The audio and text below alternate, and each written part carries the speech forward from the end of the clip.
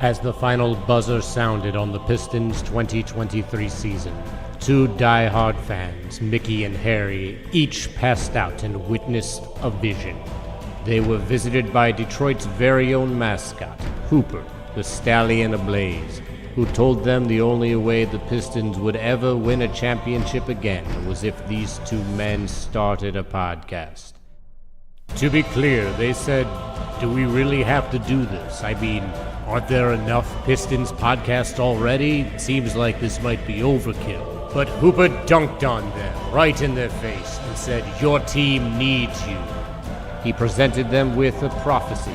Now it is their duty to help Detroit rise again and become champions. The Order of the Blazing Horse.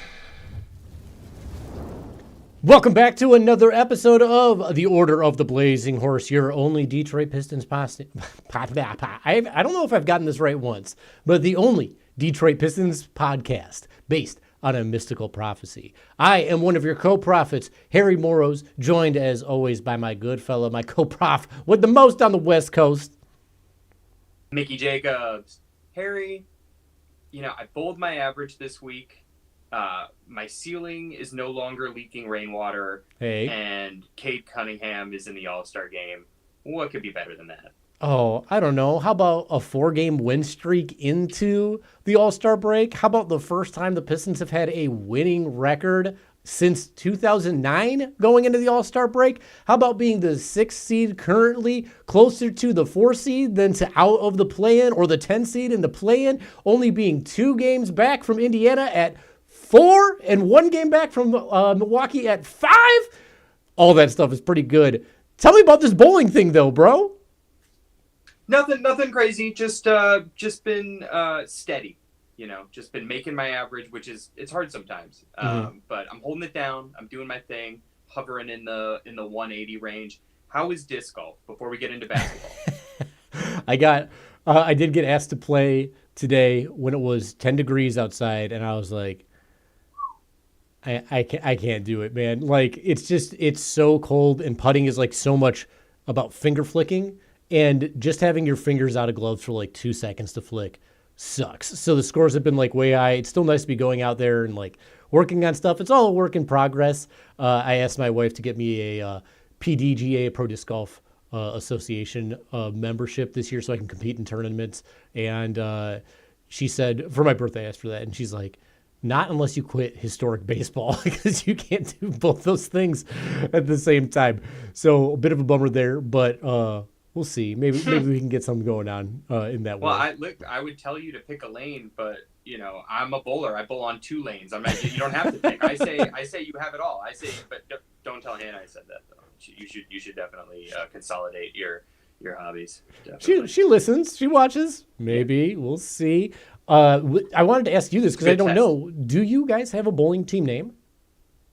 We don't. Actually, the season that I joined, the entire league switched over from like fun, cool team names to just numbers. So we're just Team 3. It's boring. Team 3? I will say, though, it definitely takes off the pressure of having to come up with a clever name. We can't all be Order of the Blazing Horse. Speaking of Order of the Blazing Horse, please remember to like, subscribe, ding that bell for notifications, DM us, slide on in. We're on Blue Sky. We're on Instagram. We're on the platform. We're on TikTok. Still on TikTok. We're on Substack too. Don't forget our Substack. We've got end of game recaps. Our drop flopping yacht, which people have told us is a little bit inappropriate to say yacht, but I don't care. I'm doing it in the pure form of the word. It's not that offensive if you think about it. And there's no buts about it. We are too deep. Make no buts about yacht. But we have a good time with it, and we're trying to put more stuff out there. So if you guys can subscribe on Substack, that'd be great. The more we can get in, the better. Leave us comments on that. We'll respond. And, like us on YouTube, follow us on YouTube, all the stuff that Mickey was talking about. Listen to our podcast. We have a good time sharing it with you. And I don't want to say that the Pistons are killing it because of us, but when we started this podcast, it's because Hooper came to us after the worst season in franchise history and said the only way the Pistons would return to greatness is if the two of us started a podcast. And we did bemoan it. But the results Yeah, I mean, look, I think it speaks for itself, and what makes a good prophecy is when it comes true. Yeah. And all things considered, we haven't had to wait that long since. I feel like it's proof positive. Too early to take a victory lap? I don't think so. Cade and Ausar are in the Bay right now, repping the D. Absolutely. What more do you want? That Malik's there with Cade to help him out the 3-point competition. Malik should be there. I don't understand this. I don't really get it either. Like, it doesn't make much sense to me why he didn't get named to it. Like, he just broke the single season franchise record before the All-Star break. That's unbelievable. Is he still number 2 in the league behind Ant? He is, and he's coming off the bench. He's not playing 40 minutes a night like Ant is. Do you have to be an all-star in order to participate in like the skills competition? Because like Mac McClung's going to be in the dunk contest and he can't. Whatever. It's his final time. He says he said he's now. not going to do it anymore after this year. It's been an honor for him doing it 3 times. I like Mac McClung. I think he's pretty fun, but he says he's going to be out of dunks pretty soon. And also like. No shade to him. I want to see NBA players in these competitions, man. Like, truly, no shade. If we're gonna have G League guys in there, just get like the extreme team from LCA to be in there. Yeah. Get Tornado in there. Get Hooper in there. Let him slam. He's spinning. He's doing all sorts of varials and whatnots. I love it. Gets me juiced. All juiced. We're all juiced up here. And like to bring it back to the Pistons, they have been wild juiced in these last 4 games because they've gotten out to the smallest big lead they've gotten out to in this stretch is 28 points. That's the smallest max lead they've gotten out to. That's so crazy when you're thinking about these teams playing a little bit. Actually, that might not be true. I think they might only gotten up to like 21 in the second Bulls game, but whatever. 4 straight games of having 20-point leads. Absolutely dominating teams where Cade Cunningham hasn't had to have the ball in his hands nonstop. This has been so new, so cool. Mickey, give me your breakdown of what's happened in these 4 games. It's really exciting stuff. You talked about, I think on Substack, I forget if you talked about it on the pod, about how this season is an education, and that's true, but we got some quick studies in the D. Things are happening really fast, and it does make you want to pause and be like, is this real? Is this really happening? But I think what's contributing to what you're talking about in this latest win streak is, first of all, having Dennis Schroder off the bench is nice, but what's really made the difference is Ausar's ball handling duties. I feel like we first saw it when Cade sat.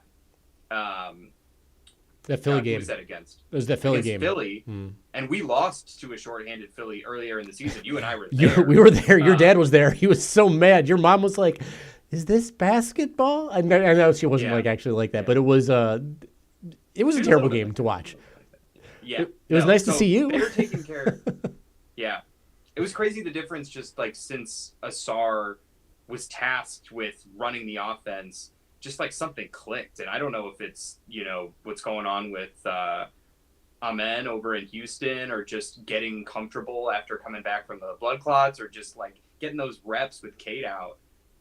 But it is astounding to see just like the transformation that he's undergoing. There hasn't been a single broadcast since in this like recent stretch that Ausar has been like dominating. So I guess all of February, maybe even a little bit before, but in February he's like an absolute monster. He is the player that I always knew he was, that you always knew he was, but now the world is getting to see a little bit. And look at that jersey. Look at that jersey in the background. You knew. I knew. This was pre-prophecy, by the way. This is a Harry Morrow's prophecy. I when I knew we were drafting 5th, I was like, okay, who are the options? And I was looking at players and I was like, okay, Ausar might be pretty good. He's pretty fun. And then the first summer league game I saw him play, it was so obvious that he has a different sort of mentality about the game and a different sort of skill set that this Pistons team has not seen maybe ever, as far as I know, because it's not like we got top tier D Rose or top tier AI, like any athletic prowess like that. And like even Ben Wallace, when he was on the team, he had a vision, but it was like very much rim protecting. Ausar is, people were complaining about his offense for a while. I think what they meant is he can't shoot and his handle's a little bit loose, but his vision on offense is nuts, like absolutely nuts. And now he is handling the ball a little bit more tightly. He's not trying to do too much. And when he's attacking defenders, driving toward the paint, everyone has to collapse because he's so fast and he can jump so high and over you. I mean, Matas Buzelis, there's no way he doesn't feel intimidated every time he sees the Thompson on the court at this point, because he was straight dominated. Like that was a welcome to the league set of games for Matas. And it's very nice seeing Ausar be able to finish, but also when everyone collapses on him, he's able to hit the open man and see where the open man is. In the second game against Chicago, he hit Cade on the baseline for a corner three on a drive. There was a short roll where Duren gave it to him, and he swung it back to Tobias Harris on like just the most beautiful pass right into his shooting motion, even though Harris didn't need to rush that shot at all because there was no one anywhere near him because everyone had collapsed on the low. Like it was just so fast. And the defense is wild, dude. He's 5th in the league this month in deflections. He's averaging 4.7 a game. 4.7 deflections a game is crazy. And 2.4 stocks this month. He's averaging the same amount of points as his brother, both averaging 14.6 in the month of February. AT, he's just absolutely incredible. Has there been a favorite play that you've seen from him in this little stretch? I don't know about favorite, but I was just thinking about that lob that Duren threw him the other night. It's just like he can do anything. He cut. He can find the open guy. He's really what's impressed me too is just like him finding ways to score and ways to get to the line. And it doesn't feel forced. It feels really organic. He knows when and how to apply pressure. What about you? Any big highlights from the past couple games? I mean, the lob you said was like sick. We talked about like the Matas spin move to like just bury him and get that layup was, I think it was the and one too. The play though that like I really can't stop thinking about with him. And I mean, granted, I love his defense to offense. Like that's his bread and butter. That's the Pistons' bread and butter. The Pistons might be better at that than like any team in the league as far as like getting a turnover, making that transition immediately, score some points, and that's because of athleticism, straight up. Like it's really crazy. But the play that really stands out to me is Cade threw a lob to Ausar, who then tapped past it back to Duren for the slam against Chicago. And it was incredible. Like to be at the rim, to turn and to just tap it back, get Duren right in there. And I'm happy we're transitioning to Duren right now because, man, when we had him on the extendometer, we were both like, nah, I don't think so. And then even just a couple of weeks ago when we were doing the armchair linebacker game, we talked about, I was just going to say, what are you going to do? And nobody of all the Pistons content creators we interviewed for the armchair GM job, not a one of them felt that JD was the long-term solution at the 5. And wow, he's really stepped up. It's been phenomenal, like truly phenomenal, because he's even showing stuff on defense. Like his stock numbers are up. His assist, he's had 5 or more assists in the last 4 games. Low turnovers too. Dude, he's just a different player, and he's clearly self-aware. That quote that Amari got from him where he's like, I started the season off on some soft shit is hilarious that he said it. Good for him for saying it. And like, he doesn't even look like the same guy. Like he's hustling out there. His hands are up. He's moving all around. Like he's missing some stuff, but it's not crazy. And I know the teams we played against are Charlotte, Chicago, and Philly, but Embiid is a huge man. Like Embiid is a defensive stud and an offensive stud, and he was struggling a little bit against her. He got into his own eventually, but like Duren's making him work for a little bit. Granted, him and Stu had to like foul a fair share foul, if you will, in the Embiid whole world. That's what you consider that. Yeah. We're gonna have to talk to our boy LeBron James Lipton about that. Yeah, I'm sure he's got a lot of thought, lots to unpack there. But yeah, I think too in the first Chicago game especially, you saw how much better his defense on Vooch was. Slipped a little bit in the second game, but just when you compare that to what Vooch was doing earlier in the season to us, just killing us. It's impressive to see the improvement. And again, like this is like we talked about, this is a learning season, but like they're learning fast. And I think what has accelerated that, besides the coaching and the chemistry and just development, is the fact that there's actually stakes now. Like the Pistons are playing for something bigger than the Bulls or the Sixers right now. They are a part of the conversation, as you brought up top. They're ranked right now, I think, overall. This is not just in this like little stretch. This is overall. They are 15th overall in offense, and they are 11th overall in defense on the season. This is real. This is real. And yeah. Okay, so for middle of the pack, I'll take that. Oh my God. Well, middle of the pack for offense and top third for defense with the defenders that we have. Like, yeah. You're really going to complain about Duren's defense, and we're an 11th ranked defensive team right now when he is getting swats, he is getting stocks, he's getting those rebounds in the crunch time.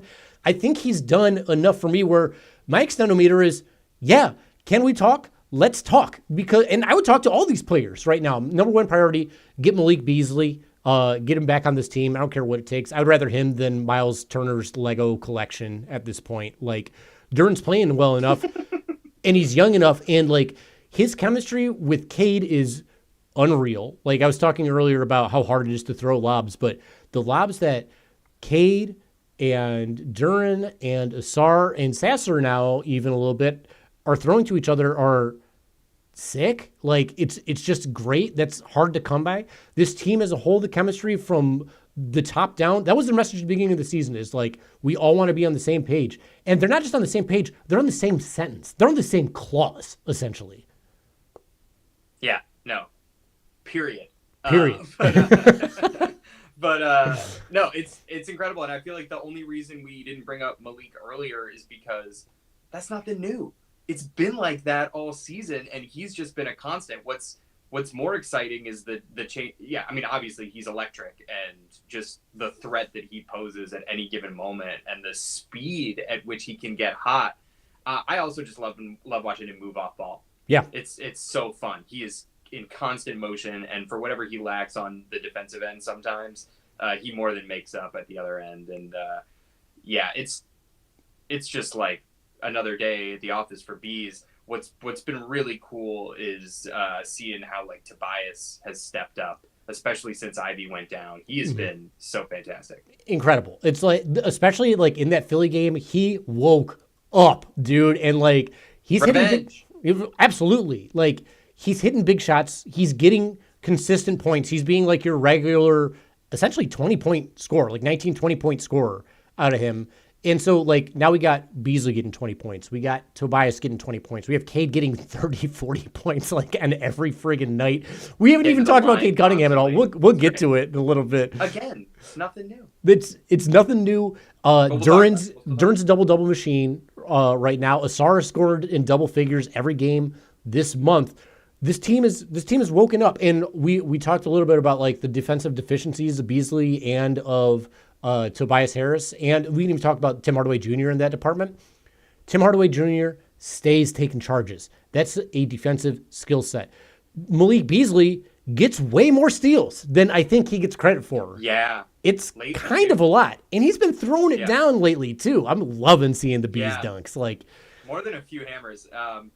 Yeah, no, and I will say too, like, even though Tobias isn't always the best like perimeter defender, even when his shot's not falling, I feel like he's been good for like a steal and a block a game. Absolutely, just making his presence felt. Like, we've seen players, who maybe aren't the best or the biggest long-term fit, but just their size alone, like, makes drivers think twice about attacking the rim just if they're them roaming.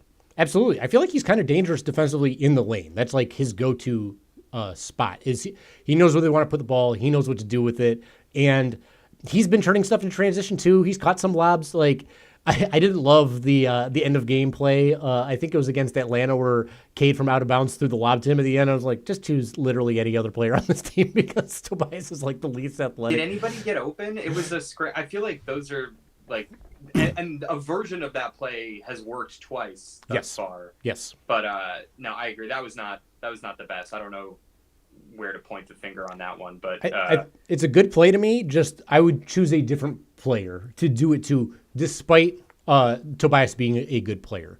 But one like with legs. He's been getting up, but yeah, you're not enough. Not enough. You feel like Ausar could truly jump over the highest Tobias peak as it is. Yeah. It's really nutty. And like one thing I want to give credit to the veterans for is that like after the game, talking to Tobias a little bit about like where they're at and like what he came here to do. And he's like, I'm here to tell everybody how to be, how to treat these moments, how to handle being outside, like what to handle putting into your body and stuff.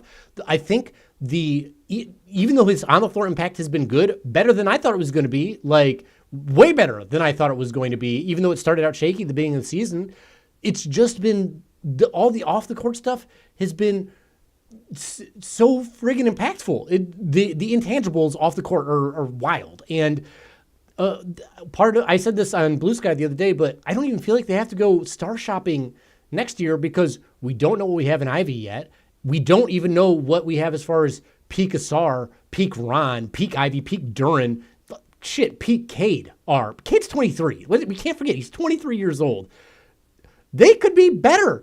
And when you look at a team like Oklahoma City, who did they go out and acquire? Like they traded for young Shea when Shea was nobody, and they've drafted and developed everybody else. Memphis, they Same just thing. drafted and developed.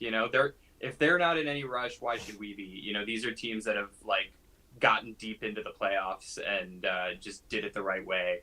And yeah, it's so cool because we talked about the drafting that we've done and like these are all young talented players. Do they all fit together? And like, look, like could we use a spacing big? Like I mean, we have one in Stu, but like could we use like a starting center who can shoot the 3 ball or do other things? Maybe, but like you're always limited by the state of the league, and I think like trying to force a better fit and make a rash move is a mistake when you have this like chemistry forming and they're really gelling and adapting. And I think that, we have athletic wings, we have young, interesting guards. Like, I think that there's no problem with just running it back, seeing what we have, stay in the course. And like, look, if we find out that, this season was like exceptional and like that doesn't work as well next year, other teams are stronger, they're making moves, take it from there. But I like what I'm seeing, and I don't know why you would mortgage the future for like a just to get a quick start. I completely agree. And we don't even know what that quick start would be like on this team with these players. Like, let's just keep pushing. I mean, we're already, if you were to take out the first 4 games where this team didn't really know each other, where JB was still getting stuff, taking into account, like trying to figure out what the rotations are, how to use these teams. And like, we're still coming off the worst season record of all time for the Pistons.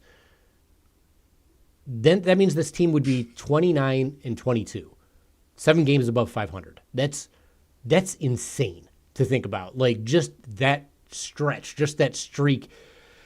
They're hot. They're looking good, and I know they had a soft schedule coming into the All-Star break, but you can't choose who you play. You can just beat the shit out of them. I guess that's all you can really do. They beat the Bulls so bad that the Bulls broadcasters were begging to be the Pistons. They're like, you hope you can get into this point. Yeah, no, I love when the broadcasters go to that place of just gushing about the team and just like loving Ausar's ball handling and talking about just it's warms my heart because for every one of those, there's like 5 broadcasters who are like, well, Cade, I guess he scored that one, but not the most efficient young. So it's like get out of here. All right, yeah, I want to Christopher Hammond in the chat. What's up, Christopher Hammond? Thank you for being here. He says, hey, I just tuned in. Sorry, but are we worried about THJ and Harris falling off next year? Do you have any thoughts on that? My immediate thoughts on that are they absolutely could. They're both getting up there a little bit.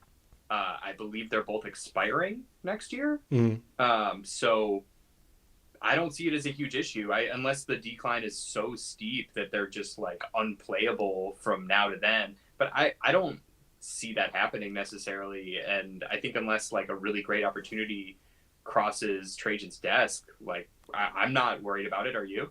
I'm not either. And you're right. They're not spring chickens. They are like a little bit older, but let's remember they're not that old. What are they, 32? 32 years old? That's not even close to the oldest players in the league.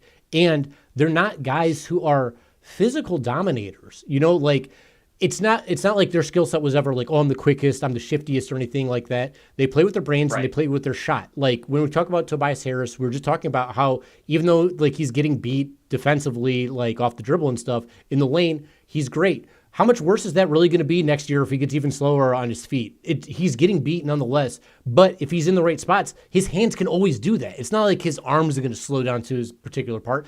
And when it comes to shooters last longer in the league because it's just a shot.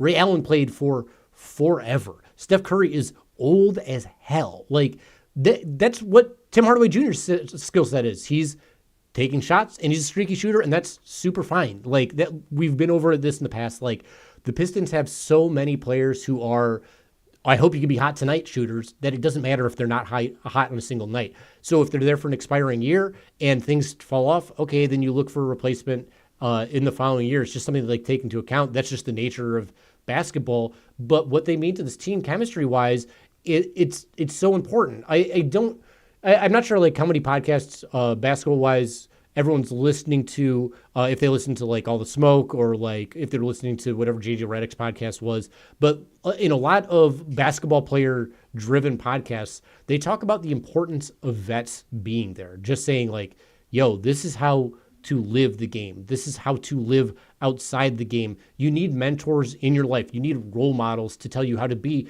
Because do you remember where you were when you were 21, 23, 24, 19 for some of these people? I don't want to talk about it. Bro, I was toxic. I was a bad boy. Like it took my no comment. Yeah, so like it is important to have these guys there. And if they're not able to play at the same level, okay, so you're not the starters anymore, and that means what? That Ron and Ausar are the starters, and maybe like there's some other new player here. I'm super for it. Yeah, I feel like we talk about it all the time too. Of like a player like Tim Hardaway Jr., even if his shot's not falling, gravity. Like other teams have to respect the threat, and that creates spacing for Cade and company, no matter what the 3-point percentage looks like. Do you know how bad Tim Hardaway Jr. would have to shoot for guys to just sag off on him? And like, if they're gonna abandon someone and double Cade, it's not going to be THJ. Or if it is, I feel comfortable with a kick and a heave. Absolutely. And as our chat points out, that TJ isn't expiring this year. Wouldn't expect him being back. I don't think that's like a guarantee because he's working well on this team and they like him. And I wouldn't even be that upset because you're going to have to pay somebody like in the offseason. Like if you want to extend these players, we still have room to extend Ivy. We still have room to extend Duren if we want to extend both those guys. You could probably bring THJ back on another year contract. What are you going to do in the offseason if you don't bring in Tim Hardaway Jr. Again? Get somebody else new who's similar, who's an unknown commodity, who's unfamiliar with this team. It just seems like it might be best for everybody if he comes back, and I wouldn't be upset if he did. And it's if you want to get somebody like who's maybe younger, more spry, who has a better skill set, that's great, but you might have to make constellations as far as who you can extend and what type of player you can bring in.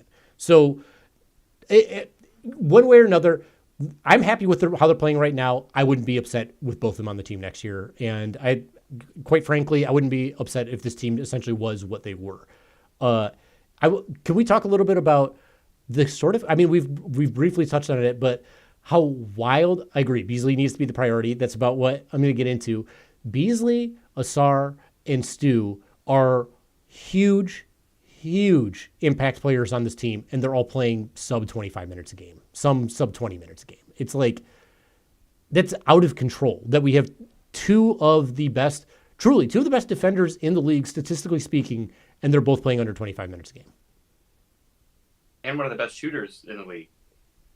No, it's great. And we were talking too, just before the pod about how Ron's not having the best stretch, but he's like one of the first Pistons rookies in a while who's not just like immediately thrown into the fire and overextended and actually gets the chance to develop like a real young guy. And have a little bit of freedom to make mistakes without being like, all right, because you turned the ball over that one time, we lost the game. So absolutely, yeah, it seems like nice to be able to roll him out gradually instead of just, hi, you're starting. Here's the keys to the offense. Good luck. And good luck indeed. We've seen how that works out. It's also nice that he not having to play all these big minutes, that there are, as we just alluded to, or just not alluded to, just went in depth about, he has vets to look up to. Like his connection with Beasley, we've talked about it. They're great buds. It's very sweet to see them all together, and it's nice how many people want to be here. And I don't know if I've seen a team as connected. I for sure haven't seen a Pistons team as connected since the best five alive. Yeah. No, I've seen, you see other teams like having a bunch of fun on the sidelines and just like having a real bench mob. It's nice that it's finally us. There was so many years of just head hanging and, just malaise. So it's so good to see them vibing, passing around the WWE belt. It's so funny. It rocks. It's fucking great. It's great. Culture shit. We would be remiss if we didn't, as we transition into a short talk about the All-Star break and the All-Star game, talk about Cade Cunningham's insane bag. Like his handle is crazy. I did not expect him to be able to dribble the way that he's dribbling, and it's wild. The eye manipulation, the ball manipulation, his like in and out dribble, the fake pass where he like it's almost and one-esque, the spin but back to himself, that because he's such a deadly passer, everyone's always worried about who's going to get the ball, and he's still able to do double-digit assists like on a regular basis. But the in and out dribble to the in-air hand switch slam is the craziest Cade Cunningham play I have ever seen, and he has unloaded crazy plays all season. He made it look real nonchalant too. Like everyone's like, that's the craziest Cade. I'm like, I guess. And it's insanely, I feel like it's more impressive than it even looks because he's just so effortless with it. Absolutely. It's nuts. And he's finally starting to get free throws on top of it. Like he's up to 7 free throws a game this month, which is. No, it's really cool to see him put his head down and just like affect a game like a top guy knows how to. Like like you said, like it's a learning season, but everyone's learning really fast. I hope all these lessons stick, because this has been incredible. Like he went from shooting 4 free throws per game and like had to fight tooth and nail for those 4, to kind of being able to do it whenever he wants. And you're talking about the eye manipulation and the in and out, and hunting mismatches has been so fun, especially when the 3 ball isn't falling. Which it will. Like, I'm not worried about it. It's still like a respectable percentage. He's on a little bit of a skid, but just the ability to find a mismatch, get the switch he wants, and back him down, or just kiss it off the glass just right. I feel like his finishing's gotten better. It's wild. Of late. It's absolutely wild. And KDA1024 in the chat says Cade is effortless. And Chris Hammond says that his favorite thing is seeing Cade set up his teammates and get them going early and then closing it out of late. Yeah, absolutely. And again, like watching Duren handle it and get juiced up, and watching Ausar handle it and get juiced up, and having Cade freed up has been extraordinary. And then watching Cade have a third quarter. Cade in the third quarter is so nuts, man. Like third quarter Cade. It's so crazy. It's a thing. It's a thing now. Oh my God, just absolutely unreal. I don't know if this is a hot take or not. I'll say it. I think Cade's the 3rd best player in the Eastern Conference. And I don't think it's particularly close, personally. Behind Giannis and Tatum. That's it. I think he's better than Brunson. I think he's better than Cat. I think he's better. I mean, he's better than Trey, better than Dame. I think he's more important than Embiid is. Embiid's really good. I just hate him. Reading that comment about Cade setting up his teammates, like we're so lucky to have an all-star who does it all. Like, because there's got like no shade to Ant. He's an incredible scorer. But he's looking out for Ant. Like he wants to go out, and he said as much, and you got to respect it. Like there's a lot of people who are just like pure scorer. That's what it's all about. I love that Cade is absolutely like verging on superstardom and like still so concerned with getting everyone involved, and not just proving that he can get a bucket, but controlling the offense. It's incredible. And the stocks. The D, dude. Like the he plays defense. He gets assists. He gets rebounds. He gets points. He does it with ease. He gets highlights, and he's a leader. He's a leader who's there for his team, who has always been for his team. When this whole Luka saga has gone down about like why he get shipped off, there's the ownership in Dallas are making a lot of comments about Luka's like leadership stuff. It's wild. And then even Trajan said, I don't want to comment on that. I know some people in Dallas, and maybe they see some things we don't. Like the whole time I was thinking about this leadership thing, and with Luka, we have Luka with leadership. Like straight up. I know he doesn't have like the absolute insane shots and stuff like that, but he's doing everything. He plays defense, and he's there for his teammates. There's no character concern. How lucky is Detroit to have landed this player with their sole number 1 overall pick? It's great. I remember I'm not a big draft follower or college ball person, but I remember just reading that Cade was supposed to be, the greatest, like the most complete prospect since LeBron. And I think complete is such a great word for his game, because that's exactly what he is. I'm not like drawing any LeBron comparisons, but I definitely like appreciate his all around game. And I feel like with Cade, he has the ability to do so many things that some games it's kind of just like about dialing in which buttons to push when, and like which mode do we want to go in? Do we want to go in like, dime slanging mode, or are we just going to put our heads down and just like rack up a bunch of buckets and like dismantle the defense completely? So it's good to have options, and it's also so good to see that even if Cade needs to sit for a couple games, we have Ausar, we now have Dennis Schroder. We have people that can step in and sort of lighten that ball handling load. And I think it's just going to sustain him throughout the season and beyond.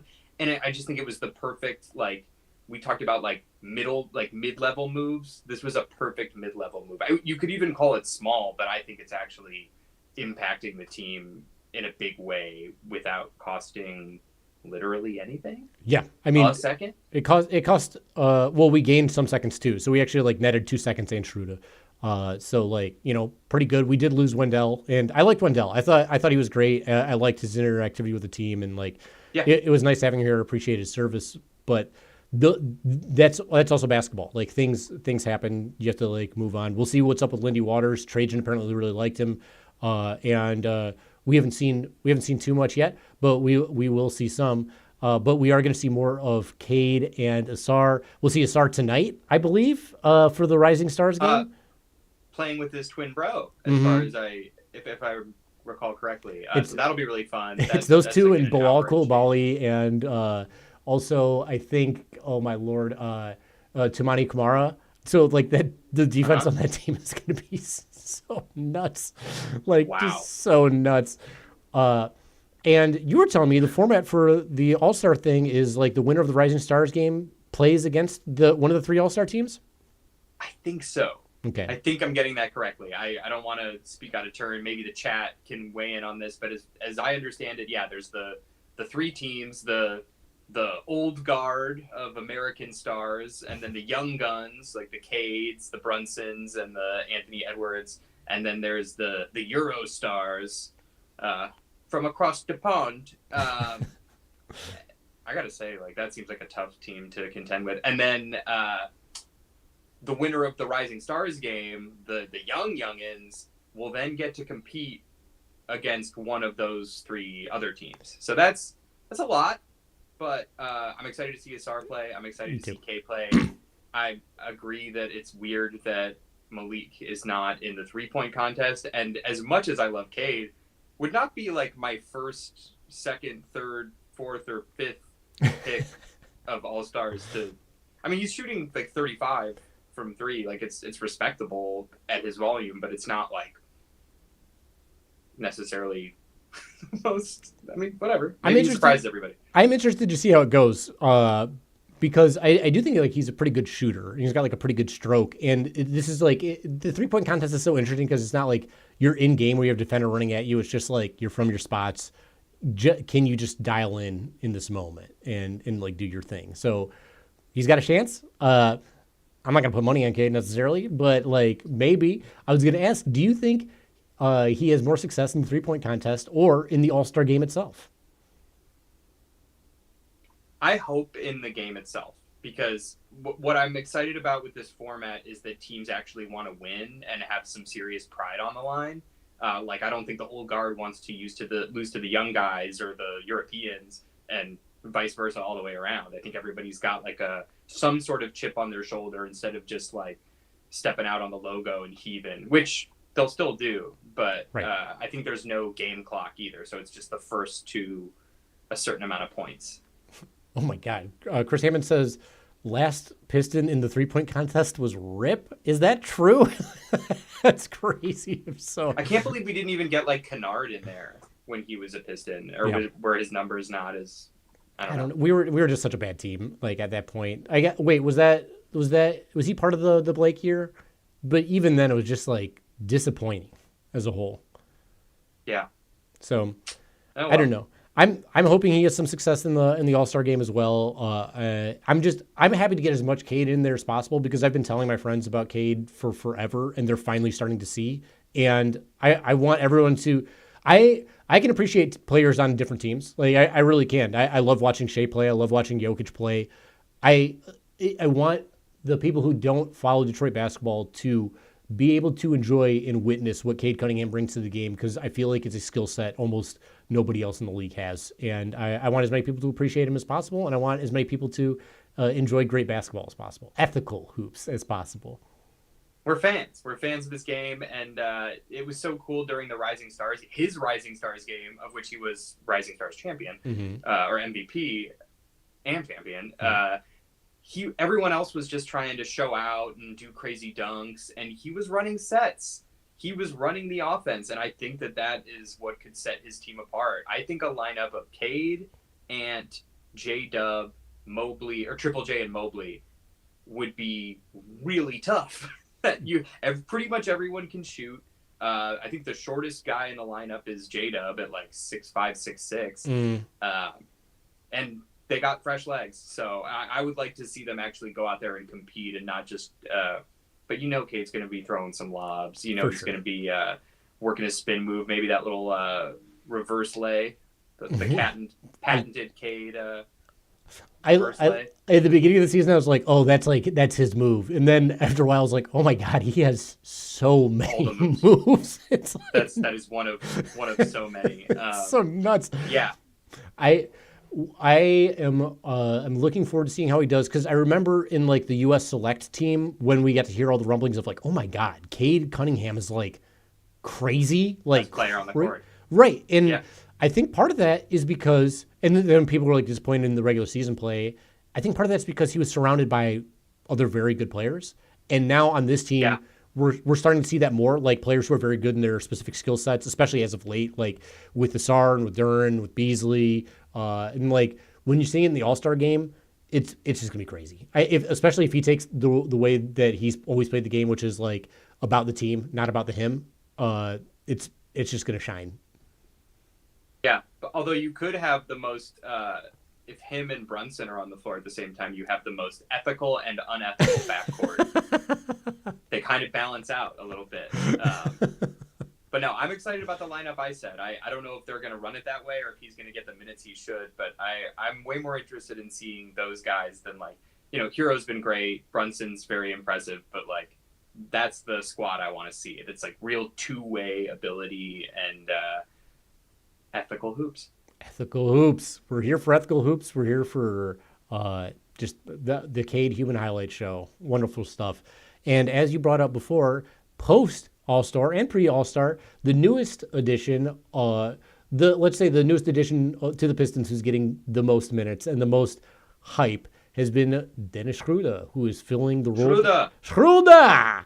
He's filling the role that Marcus Sasser was previously in. And it's funny because Sasser, when he came in the garbage time against Chicago in that first game, he tore it up. He went 4 for 4 from 3. I think he had 17 points, shooting lights out. I just think Sasser was playing the wrong role and getting forced, like we were talking about with Ron, where Ron has been pushed to be extending himself too much. When Ivy went down, I think Sasser got asked to play a role that's not his role too much. And he had some opportunities to do so. It was just like a little bit much. But now, hot and readiest player, baby. Let him come in like that. Whereas Schroder has more of a history of being a guy who can distribute very well and who is a pick and roll monster and who has had great moments this year. He's not shooting so great right now, but the trade deadline was like wild for him. It's for sure going to, right?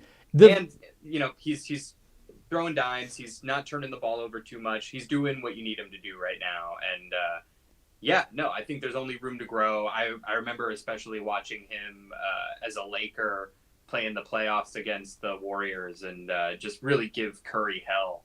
And when you can give a guy like that trouble, like you're gonna be in a pretty good spot. Plus, like he just brings a different flavor. He's German. You've got the Fontecchio. Let's move on from that. We have some Europe in there. Europeans. They're both Europeans. We got Europe in there. That's all. They just happen to be Europeans. But no, it's like a nice international flavor. And so we thought, what better way to make him feel welcome in the D than to go over some of his highlights? But we're gonna do it not as ourselves, but as German auteur Werner Herzog. Dueling. No, right. We're gonna Dueling Werner Herzogs. Do you want to start out with one of the clips? You brought up his battle with Steph Curry? Do we want to start out with that? Do you want to go with that one first? It's up to you. I guess down. we should. I brought it up. You did. So, let's allude into it. So it's only fair. Here is Das Highlights with Dueling Werners. Let me get right here. There it is. In the 2023 playoffs against the Golden State Warriors, Dennis guards Stephen closely, licking his chops like a ravenous coyote on the prowl. By the time Curry sees him coming, it's already too late. Schroder swipes the ball with ease like a New Orleans pickpocket, stealthily robing drunken tourists making their way down Bourbon Street. How was that? That's fucking crazy. I didn't spend all morning working on that. That's fine. Wait, that was you? I thought that was Werner in there. I didn't spend all morning getting in contact with Werner's people, coordinating, recording audio. It's a whole process. But you've got one too, right? Oh yeah, I've got some. I've seen Werner in there. Life can be a tanking, hellish nightmare with no answers provided to you, a seemingly random series of events, and sometimes an individual will refuse to accept that reality that he's living in, say, the Brooklyn Nets organization that has tanked even with a big three of their own, while several players had dreams in their deepest hopes of becoming heroes and champions, but life is unforgiving in such a way. And Dennis Schroder is a player who believes in himself to break free from this miserable reality. In this game against the hopeful Indiana Pacers, they were living with the reality that their team, formerly Eastern Conference champion losers, were even bigger losers at the beginning of the regular season. And Schroder drives to the hole against them, much shorter, being only 6'1", and scores a bucket. And in their disdain and their hopelessness and their upset lives, they casually throw the ball in, and that is bad math by Ben Mathurian. But Schroder, who distributes to his teammate the good shooting Cam Johnson, is also unable to connect because he is shooting into a hopeless, endless, disappointing void of dark nightmares.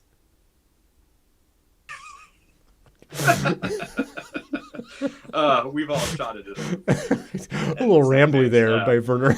But that's his style. That's his, and I feel like he should do more games. Absolutely. I mean, he does documentary work. We should have, sure. Yeah.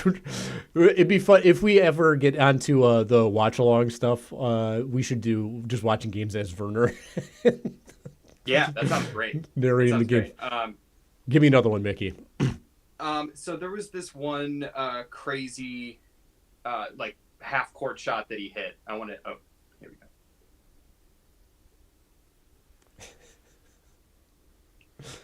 Get that. There we go.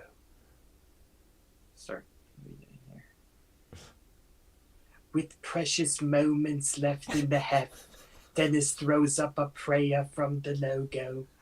Notice how he turns away, unconcerned with the outcome, like a resigned assassin, absent-mindedly pulling the trigger. Despite performing the impossible feat, young Mr. Schroder is not proud of his buzzer-beating heave, for he failed to call bank. You've really got some great some great cadence as him. I love it. It's so fucking funny. This was fun to do. Okay, I'm only gonna do one more, if that's okay, because I've got two clips, but this one is the better one for it all. Mm-hmm. The Chicago Bulls have found themselves to be in the realm of madness and insanity, continuing to do the same thing year after year, expecting different results in Chicago, but only seeing the greatest fantasies fall apart like Michael Jordan, leaving them in the lurch. In this game, they had a glimmer of hope as the ball crossed over half court, but newly acquired point guard Dennis Schroder dives back and in a fit of desperation tosses the ball back. Unfortunately, as life is not full of rewards but a series of random events and occurrences, the ball winds up back with Chicago, who feels that maybe this is their chance to break free and achieve some success, only to discover that they are as hopeless and in as sad a state as all of humanity finds themselves, slowly approaching death and destruction and the nature of the game as they toss blindly down the lane, and Dennis Schroder knocks the ball away and then off of Chicago, dashing their hopes on the rocks like an eagle carrying a tortoise, hoping for a meal only to have it eaten apart by resting sharks.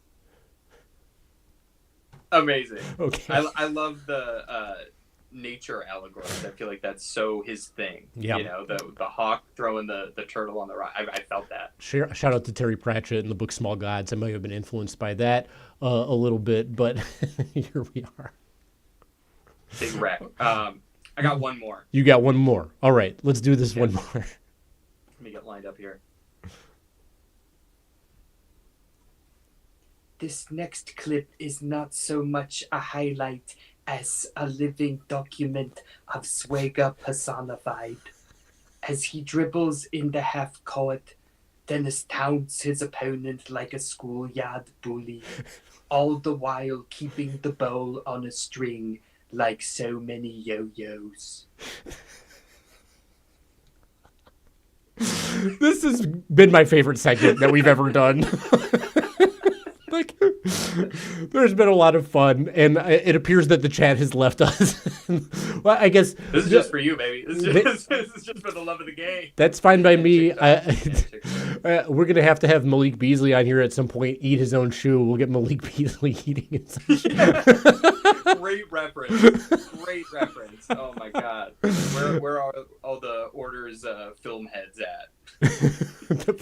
We're tossing out literature, we're tossing out film. I think our basketball background and our literary backgrounds are really making themselves evident.